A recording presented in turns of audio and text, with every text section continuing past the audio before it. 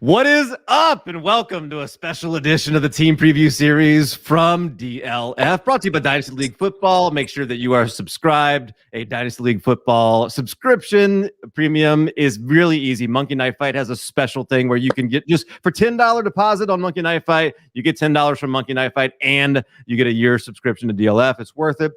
Trust me. Today, we are here to talk about the Atlanta Falcons. We're going to preview everything, including who has the best quads in the entire NFL. And to do that, we've got some great guests. We'll be right back after this.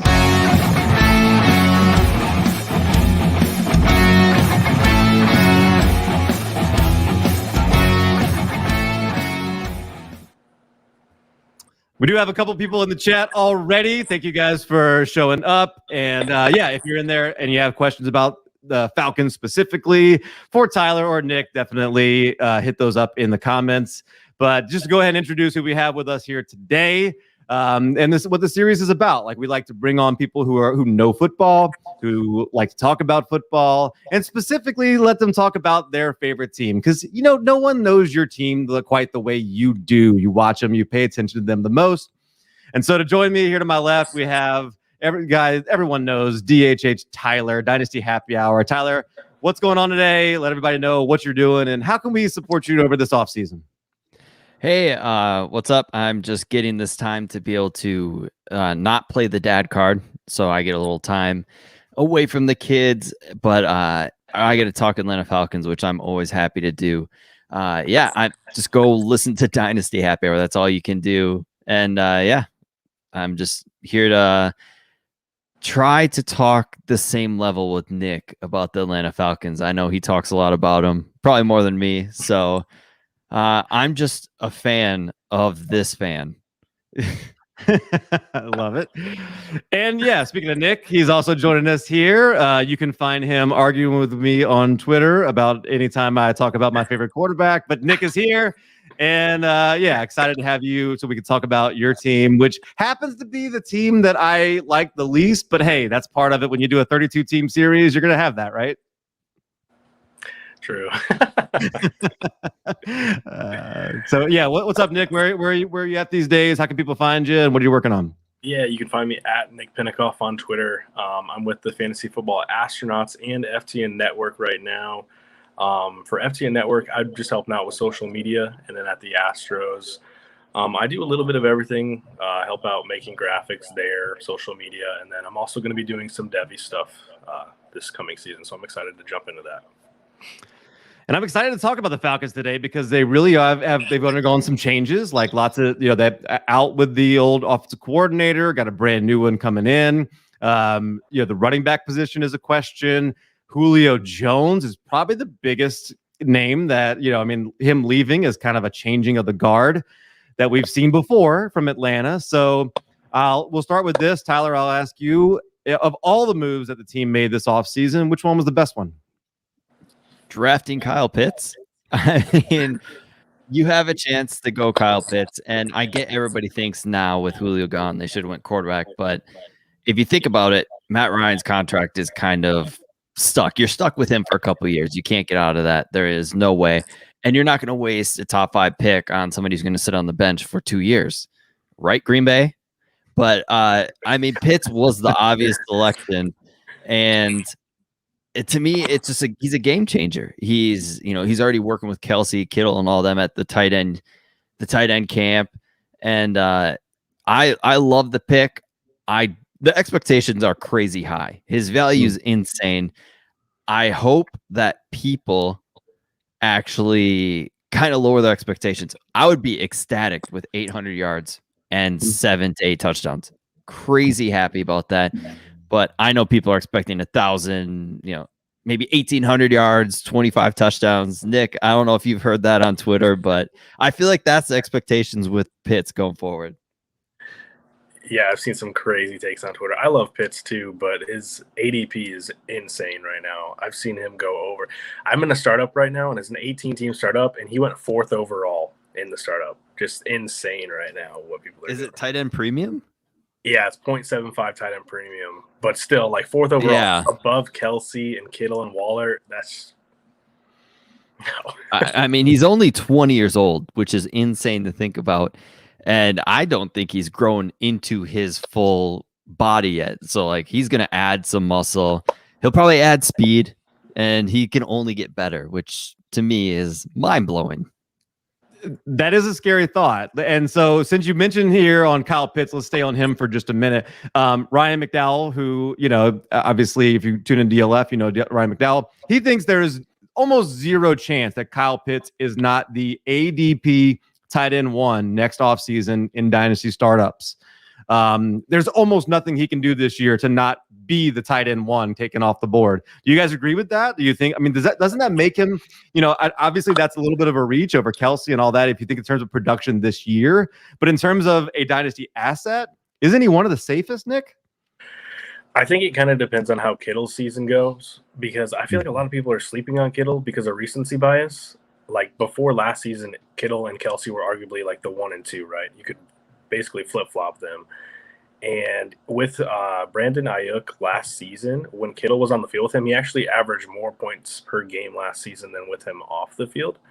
So I could see Kittle being like the 1, and then Pitts will definitely be top 3 still, but I don't know. Kelsey's just Kelsey, and when you're tied to Patrick Mahomes, it's hard to really leapfrog him.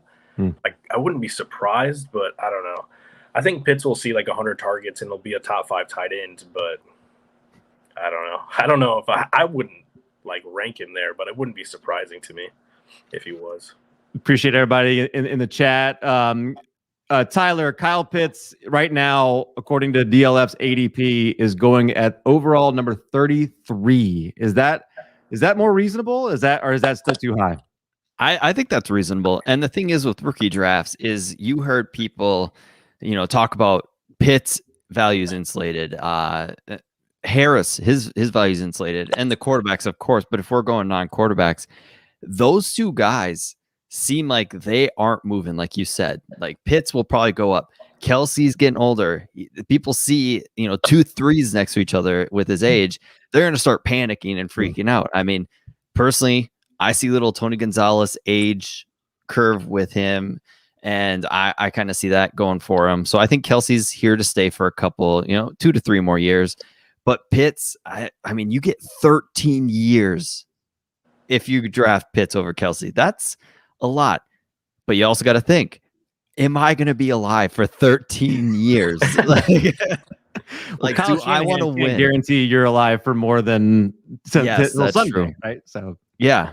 So yeah, I mean, it's really based on what your team build is. If you're going in young, Pitts will probably be the pick. If you're going in looking for a championship, which that's what we all want to do, win. I mean, Kelsey's still probably it.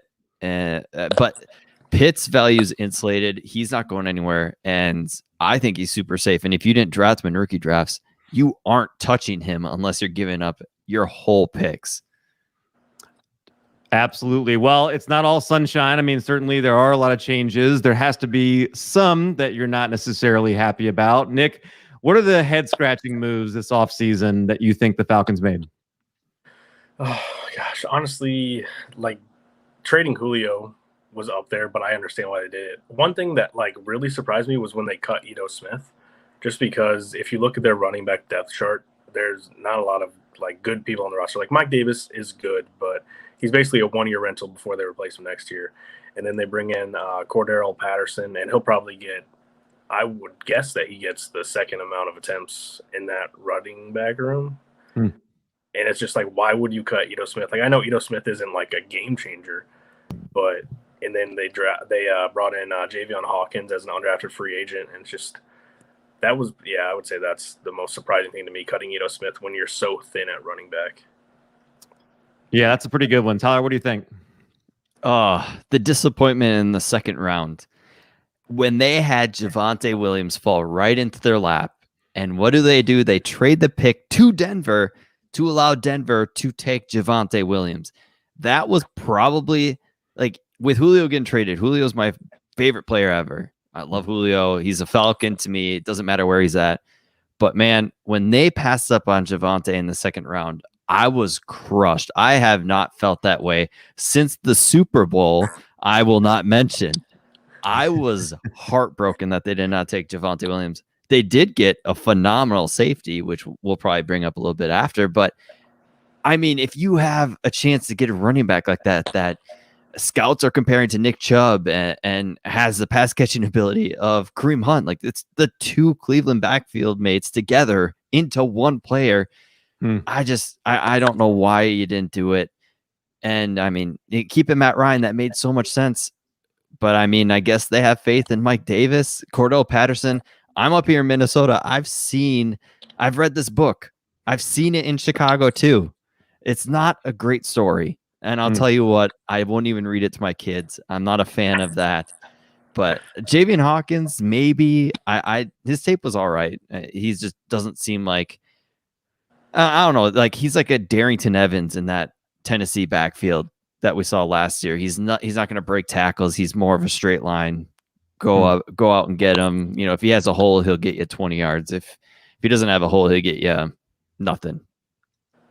Yeah, you both bring up the running back position there, and I think that's immediately where my head went when I started thinking about this question for the Falcons in particular, because they bring in Mike Davis, who, you know, looked capable of filling in for Christian McCaffrey last year, but I don't think anybody thought of him as a guy that was going to be a feature back. Arthur Smith comes in, who's, you know, just the last guy that rushed for him had 2,000 yards, and you start thinking like, oh, okay, here we go. They're going to bring in somebody, and like you said, Javonte Williams. When I did the Falcons preview before the offseason started, the dream scenario was Kyle Pitts and Javonte Williams, and missing out on that. But does that tell you, because they haven't addressed the position at all, and someone like Arthur Smith that does no running backs, and they traded away Julio, does that tell you he might think higher of Mike Williams and the rest of us do? Yeah, I think he definitely does.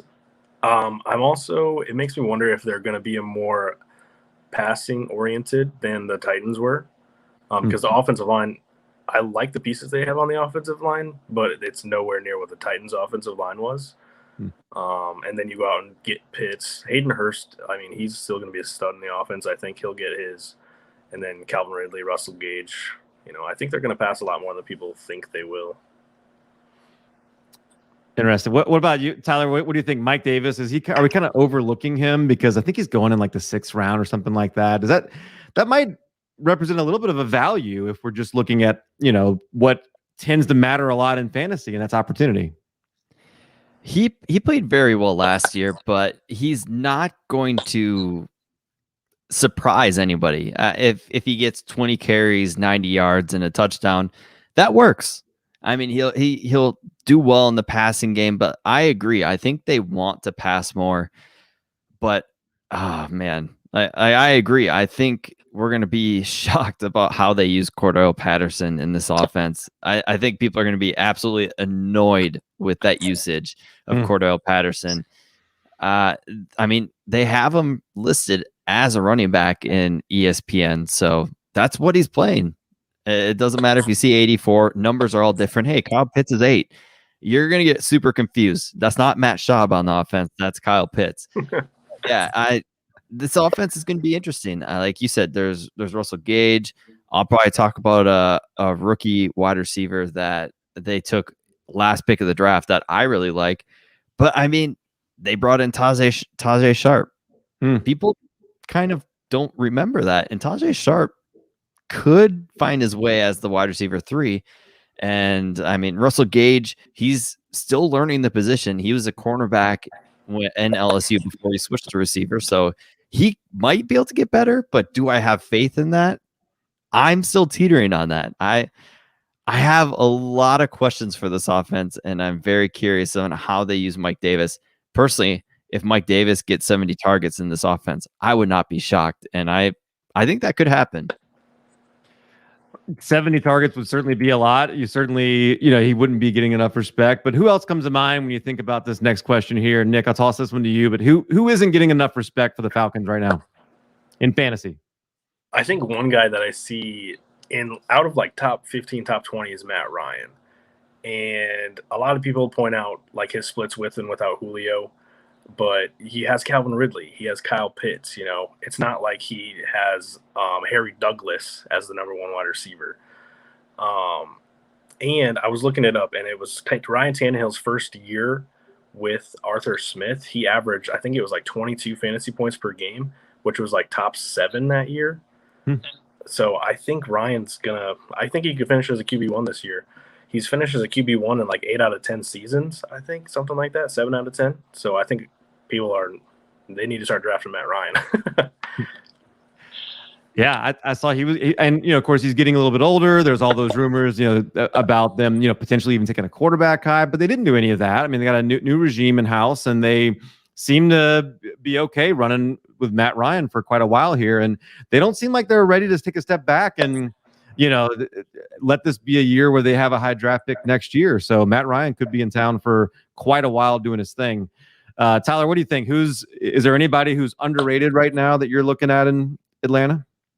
I mean, I think the obvious answer is Hayden Hurst. With Kyle Pitts there, he's kind of overlooked. I don't think he's going to get as many targets as Pitts, but I do think he will be involved.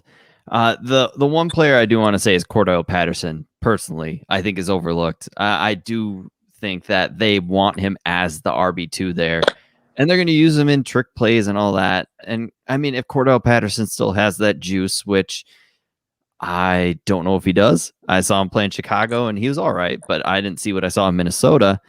Cordell Patterson, he's 30. He's now a backup running back. I just think he's a little overlooked. I mean, if Mike Davis can't stay healthy, we've never seen Mike Davis carry a full load like he did last year, even though he didn't personally carry the full load. I do think that Patterson's going to get a little more touches than we think. Yeah. What about guys like Russell Gage, or you mentioned Frank Darby? I don't think Gage is really losing respect. I think he's really hyped right now. I think he's everybody's sleeper personally. If I would have to throw a name, I'd have to say it's Frank Darby, their rookie wide receiver. So I was reading up on this kid after they drafted him, and I'm like, okay, I've heard of him. And I don't, because you had N'Keal Harry, you had Brian Ayuk, and then he was the next guy up. He was supposed to be, but during this season, they realized that he might not be the superstar one that they actually saw glimpses of when Ayuk was there to help him out, kind of take coverage off him. What they realize is he's a great complementary receiver. He's a good route runner. He's got great hands, and he's kind of reliable. He's got that perfect size, 6 foot, 200 pounds, and he's like a 4.5 speed guy. So he's not super slow. He's not super fast. What I like about him is that he's sneaky in zones. He finds the gaps, gets there, and he's going to be like a safety blanket. Gage, I feel like is going to kind of be more of the down the field type guy. Ridley's going to be all over the field. Same with Pitts. I would not sleep on Frank Darby, because from what I heard from scouts is that he's a great complementary receiver. He's never going to be that one for a team, but if you can get him 60 to 70 targets a year, I mean, he's going to produce some. So maybe if he's on your free agency, that's a player that you should go snag up. I love that take. And in rookie drafts, he's going off as the wide receiver 26 in 1QB rookie drafts. That's what do you have to lose? That's in rookie drafts. That's not in startups. So what do you have to lose there? Last pick of your draft. I love to hear that. Nick, what do you think if we go the other way and we say somebody that might be getting overrated a little bit, or hype train and getting carried away? Who do you think would fit into that? Yeah, I think it's Kyle Pitts. I think he's going to be fine, but seeing him go above Kittle and Waller in some drafts, I just think it's too much. A lot of people are super high on Ridley, but I think Ridley is going to see 140 plus targets this year, and I think he can be a top 3 wide receiver, if not the wide receiver 1 overall. But yeah, the first person that sticks out to me is Pitts.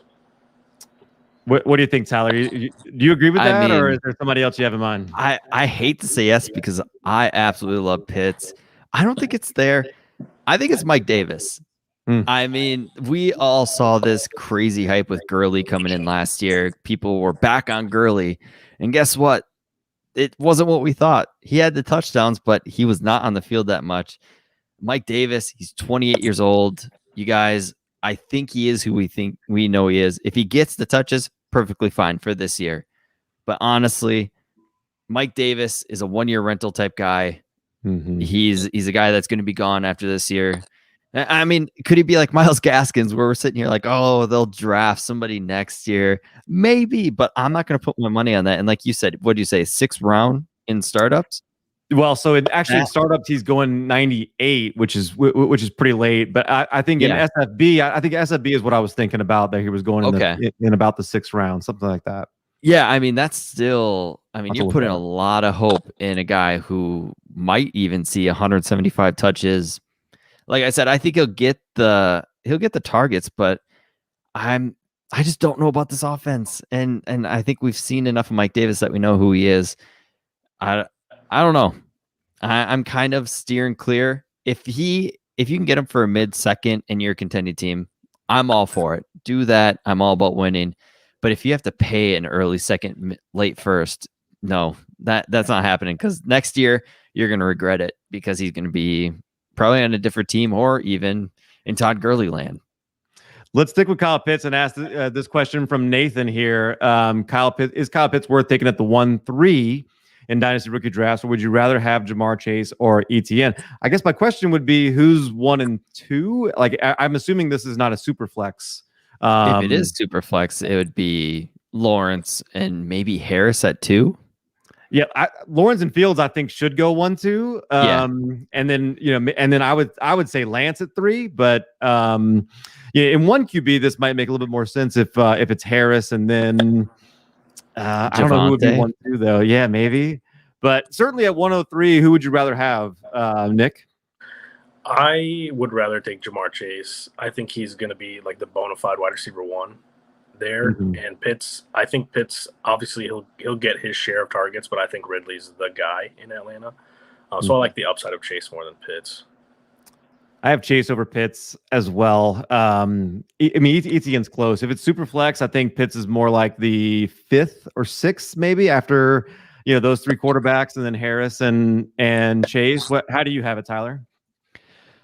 It literally all depends on your team build. If you're good at receiver, go for Pitts. And so he said it's not super flex. Lawrence is going 101 and Harris 102.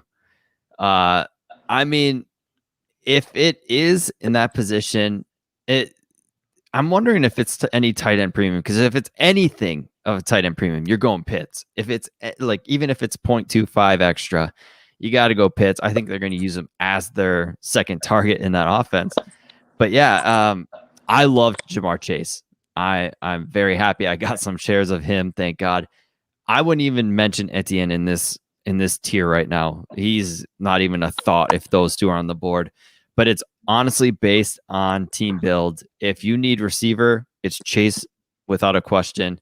If you have, I don't know, if you have like Irv Smith at tight end, I would get that insurance with Kyle Pitts, and then that is if you're good at receiver. But receiver is going to last a little longer, but I think Pitts is insulated. We talked about that, and the position scarcity has me leaning Pitts.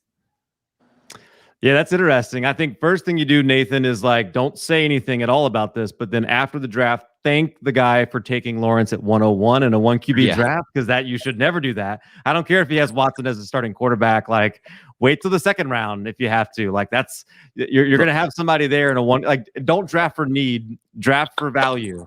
The worst part is we're hearing news Watson can play this season. So if he takes Lawrence and Watson actually plays, I mean, this guy just took Lawrence and he might not even start him.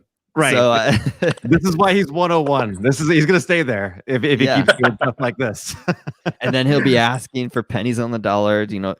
I'll give you Lawrence and just give me somebody. So that might be a good opportunity to go buy Lawrence from this guy. Yeah, that's true. That's true. Yeah, but I think that's good. So yeah, Kyle Pitts, I think, is probably a safer investment for sure in terms of like dynasty investment. You're probably going to get more production, certainly immediately, I would guess, out of Jamar Chase. But I think it's more likely that Pitts is drafted earlier next year in startups than he is right now than it is for Chase. So I think that's, both those guys are good. You can't go wrong, honestly. Yeah. Like, those are really good. Both those are really good investments. And I reworded this one a little bit, but and I I misspelled it. Here, I got it. Okay. There we go. Yeah. Which storylines are you paying the most attention to? I still missed it. But heading into camp, when we're looking at whether it's position battles, whatever it is, Javian Hawkins, making noise, or you mentioned the wide receivers. Like, what are you paying the most attention to, Tyler, in terms of the Falcons news heading up to I think you nailed it on the head, and it's the Javian Hawkins and the receiver. I mean, I'll save some for Nick, but I'll go with the Javian Hawkins. I do think he's got some prolific speed to him, some really good burst, but like I said, he needs that hole. And like Nick was talking about the offensive line, I do think it's a little better. I think they they lost Alex Mack, but they took a pretty good center in the 5th round from Stanford, who I projected earlier. I think this offensive line will be fine. It'll be a little younger, a little more athletic than it was last year. It just all depends on how they glue together. But with Hawkins, if he can find a spot on this roster, I think he can slowly start getting playing time, because like I said, I do think they want to split with Mike Davis. I don't think they feel comfortable with the full workload on Davis. So if it's Patterson, which we've seen injuries from him, and is Patterson going to be a kick and punt returner? So then Hawkins can kind of slide into that second running back role. Quadre Allison, don't take him. I don't see it. I just don't see it with him. I'm sorry. People love he's a big goal line back. You know what? He's a fall forward type guy. I mean, we all thought TJ Duckett was not great. This guy is less athletic than TJ Duckett ever was. So don't with Quadre Allison. I was not expecting a TJ Duckett drop on this show. There's nothing like seeing a running back lineup in the backfield with a full Brian Urlacher face mask. Like, you never saw the linebacker face mask on a running back, but I absolutely hated it for Madden because it was like an OCD to me. But I love seeing it on the field. It was like, that dude is strong if he's wearing that thing. Mm-hmm.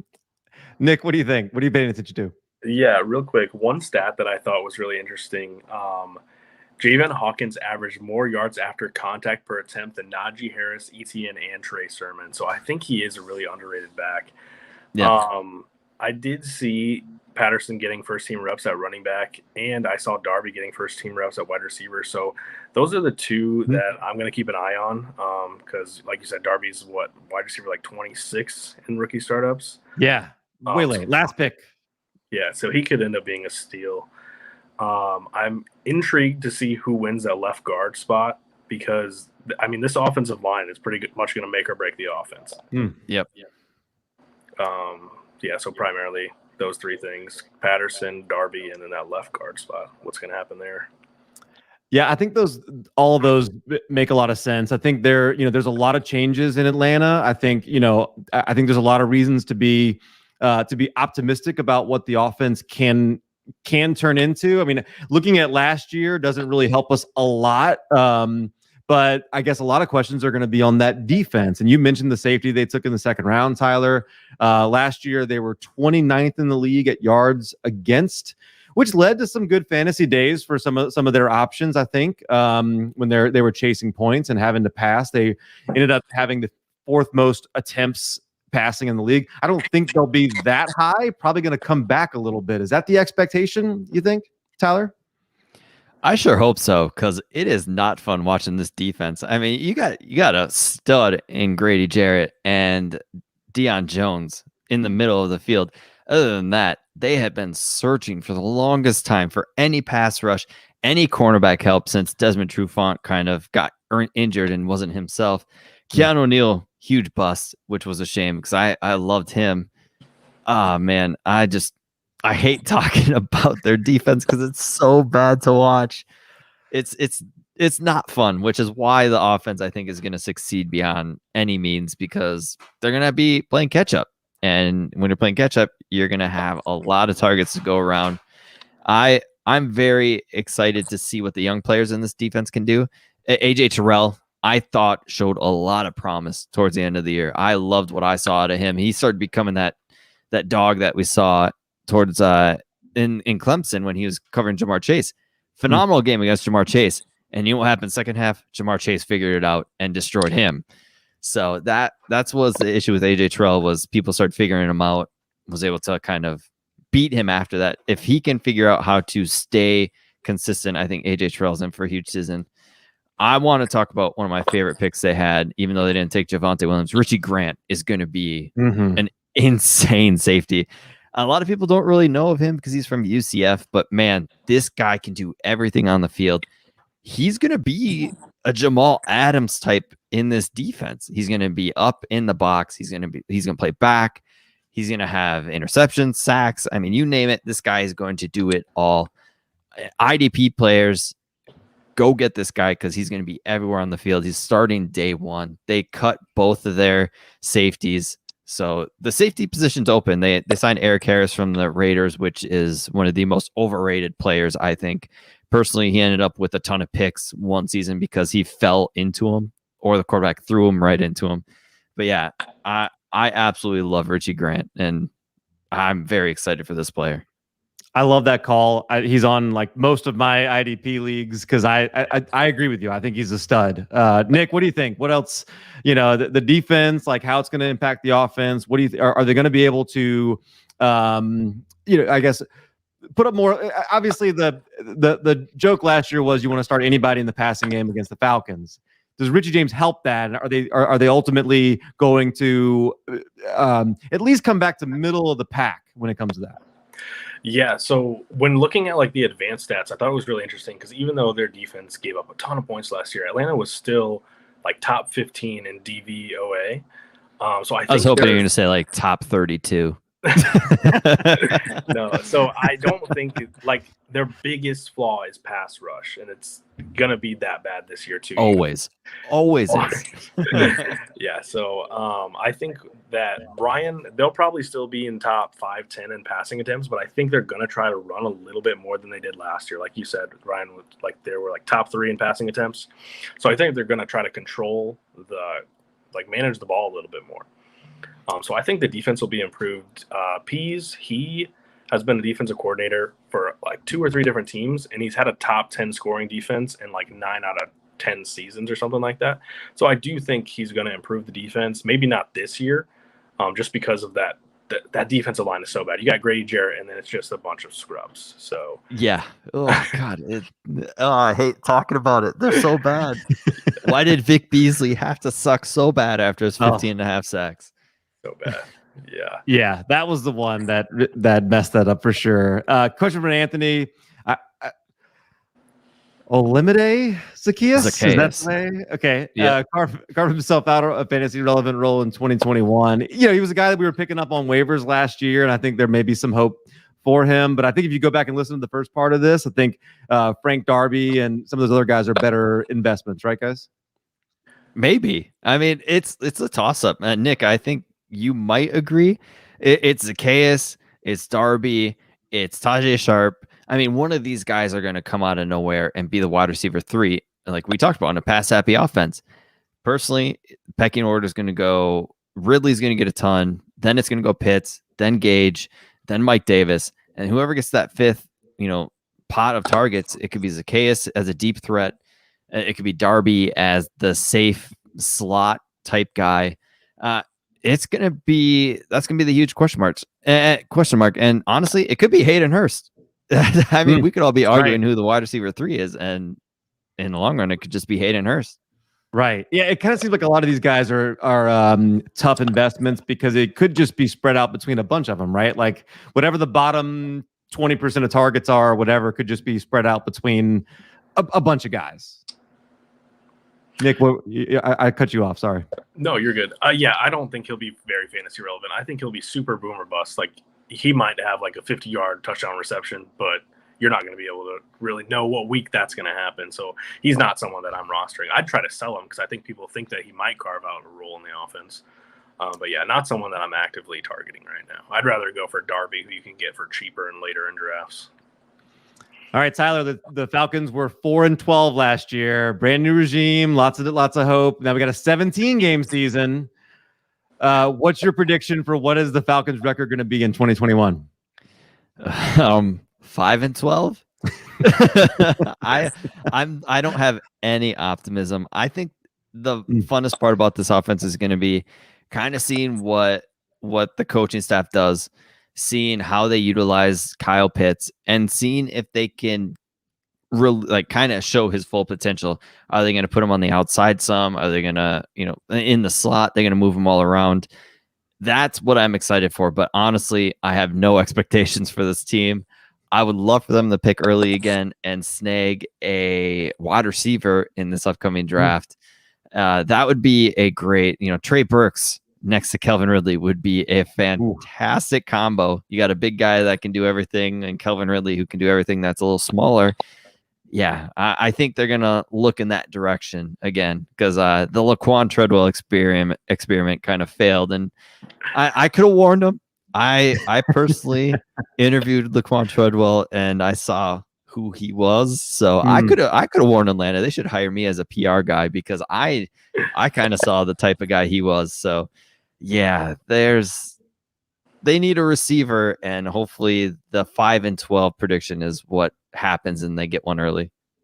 I like the Trey Burke, but I think Nick is going to be hoping that he falls a lot later in the draft because I think Nick's going to disagree with you about the record. Yeah, I'm a lot more optimistic. I think so. Look at last season; they lost 8 one-score games, and I can't remember if it was 4 or 5. They had a lead in the fourth quarter, so their record on paper looks terrible, but they weren't that bad last year. So I honestly think they can win 10 or 11 games and they can sneak in. Wow, get a wild card. Yeah. If Arthur Smith is as good as a coach as I personally hope he is, I can see that scenario because, I mean, Tennessee, we were kind of like, oh, this offense is Derrick Henry and nothing else. And you know what he did? He had this weapon in A.J. Brown. We got Calvin Ridley. He's got these players, and he made a ton of it. I mean, we all saw what he didn't do with Jonnu, but maybe he sees Pitts, and he's the one that pushed for Kyle Pitts. He's the one that wanted Pitts because the front office wanted to go quarterback, which if Trey Lance fell to him, we could be talking a whole different team. But yeah, if Arthur Smith wanted Kyle Pitts, he got what he wanted. So I think he's building around that. I have a hard time believing they win 11, but that would be nice. I mean, I'm a sports fan of Minnesota and Atlanta Falcons, so I don't have nice things usually, and it'd be nice to have a nice thing once in a while. I think why I'm so optimistic is if you look at the Titans the year before Smith took over, they were not good. And then they had a top, I think it was like 7th overall offense, and then this last year they were like top 3. And if you look at the Falcons on paper, like obviously there are some question marks after Pitts and Ridley, but I think you can argue Matt Ryan's just as good, if not a better quarterback than Ryan Tannehill. So I just think their offense, like in 2016, Kyle Shanahan, their offense was ridiculous. Their defense was awful. So it could be a season like that again, where they're in a bunch of shootouts. And, maybe it's like closer to 9-10, but I don't know. I think their offense is going to be good enough to keep them competitive. And they have a 3rd-place schedule. So it's not like they have a super tough schedule. We've seen teams in this division go from the bottom up to the top quickly. And, I think a lot of it's going to depend on that. Ultimately, are they going to be able to stop teams in the fourth quarter? Because you mentioned that stat about being ahead in the fourth quarter, but part of it is like you have to have a defense that can stop teams in the fourth quarter if you want to close out those games and end up on the other side. Bugs Bunny gif. No. The defense is awful. Yeah, I think part of that though was they'd get a big lead, like we saw against Dallas. They got a big lead, and then they would basically just take their gas off the pedal, and that's when the teams would come back. And I don't think that Arthur Smith's going to do that. Like honestly, Dan Quinn's biggest mistake. He might still have a job today if he didn't fire Sarkisian and he kept and didn't bring on Dirk Koetter. Like that was the beginning of the end. Dirk Koetter should not be on an NFL team right now. And that's why he's not. I just think he's an awful play caller. I think he got figured out, right? Like I think in that Super Bowl against Seattle, it seemed like Bill Belichick figured him out, and then it just seemed like the rest of the league did after that too. And he just didn't adjust the way you see a lot of guys do. But Dirk Koetter is a guy who goes into an ice cream shop with 50 different flavors and orders 2 scoops of vanilla. No toppings. For real. I love that. And hey, this was great. I love breaking down these teams. I love breaking down the Falcons with you guys, and I certainly appreciate your time. One last time for anybody who's just tuning in, Nick, where can people find you, what you're working on, and how can we support you for the rest of what we have for this offseason? Yeah, you can find me on Twitter at Nick Penikoff. I do some stuff for FTN Network, and I'm also with the Fantasy Football Astronauts. I'm going to be doing some Devy stuff this offseason and then the college football season, so be on the lookout for that this year. Very cool. Tyler, how about you? Yeah, just tune into Dynasty Happy Hour. You can find us on all podcast platforms, and we release a podcast every Sunday night / Monday morning is when we try to get it out. I know we've been a little inconsistent this year, but a lot of vacation time for us people, and kids are getting older. Need to spend some time with them. Otherwise, they're just going to know me as a guy who spends all my time in front of a microphone and annoying people. So...